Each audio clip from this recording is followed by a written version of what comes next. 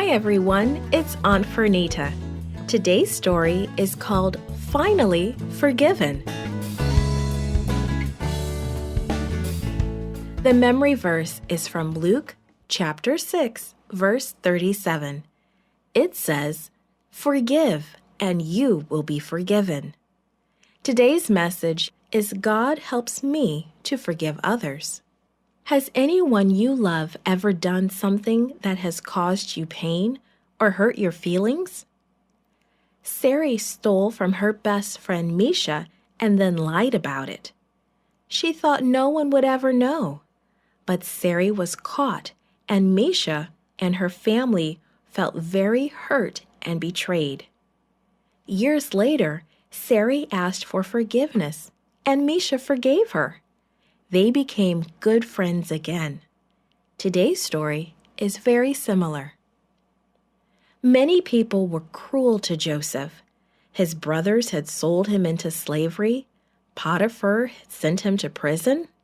But God blessed him. In fact, Pharaoh put him in charge of the whole land of Egypt.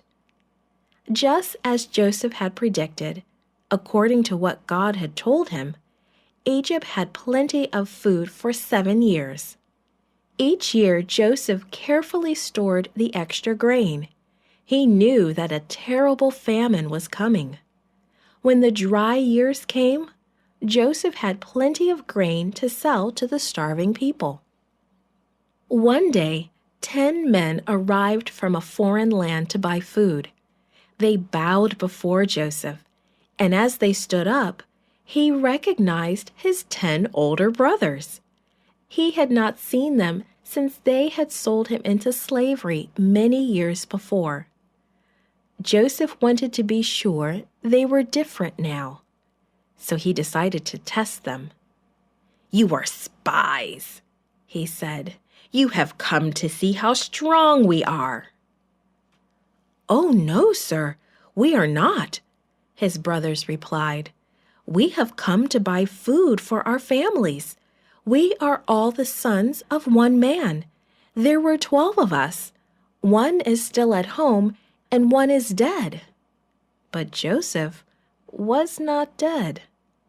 "Bring back your other brother to me, or I will know you are spies," Joseph commanded. "Your brother, Simeon, will stay here in prison while you are gone." The worried brothers began their journey home. On the way back, one of them opened his sack and found money. "What is this?" he called to the others. "The money that I paid for this grain? It is in my sack. What will the governor do now?" When the brothers reached home, they told their father what had happened. "We must take Benjamin back with us," they pleaded. "It is the only way to prove that we are not spies, and we need to get Simeon back from Egypt." "No, never," their father responded. "Joseph is lost to me. I cannot lose another son." A few months later, the brothers went to their father again. "Our children will starve," they pleaded. "We have no more food. We must go back to Egypt." Their father didn't want to let Benjamin go, but he knew they needed food, and they needed it soon. He finally agreed, and the brothers went back to Egypt. When Joseph saw his younger brother Benjamin, he rushed to his private room to cry. But Joseph had one more test for his brothers. Were they still jealous? Would they be eager to get rid of Benjamin? "Fill their sacks," he told his steward, "and put my silver cup in Benjamin's sack." Soon the brothers were ready to go home. Joseph's steward did as Joseph said, and the brothers started on their way. A few miles from the palace, Joseph's steward stopped the caravan. He searched the men's sack and found Joseph's cup. "Benjamin must return with me to the governor," he declared. The brothers were worried.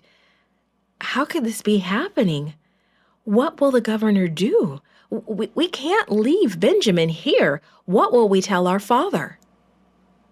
Your brother Benjamin must stay here, Joseph declared. He will become my slave. Joseph's brother Judah begged that Benjamin be released.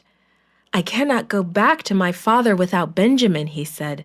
Please, let me stay in his place. Joseph could hide no more. He broke into tears and told his brothers who he really was. He told them about Potiphar's house and the years in prison. He described Pharaoh's dreams and how he had come to be the second most powerful man in Egypt. It was not you who sent me here, he said, forgiving his brothers. It was God. God was with Joseph. God truly wants to be with us too. All you have to do is ask him.